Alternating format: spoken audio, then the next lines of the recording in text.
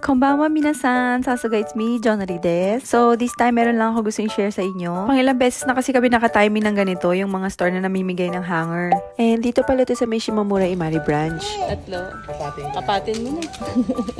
So, sa dami nga ng kinuha namin, we made sure na may binili naman kami kahit paano para hindi naman nakakahiya. So, ganito yung itsura niya sa malapitan. Ayan. Mabigat siya. Para siyang yung mga ginagamit sa hotel. So, meron siyang ganyan stopper para kahit sando yung ihang mo sa kanya, hindi siya malalaglag. Ayan, magkabilaan yan. Mag-iikot to. Ayan, yung handle niya na iikot. Kaya dyan sa lugar nyo, baka may mapansin kayong ganitong karatola. Grab nyo na agad yan kasi libre yan.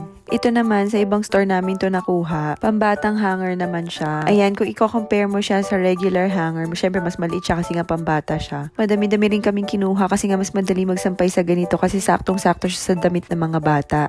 Ayun lang, thank you for watching!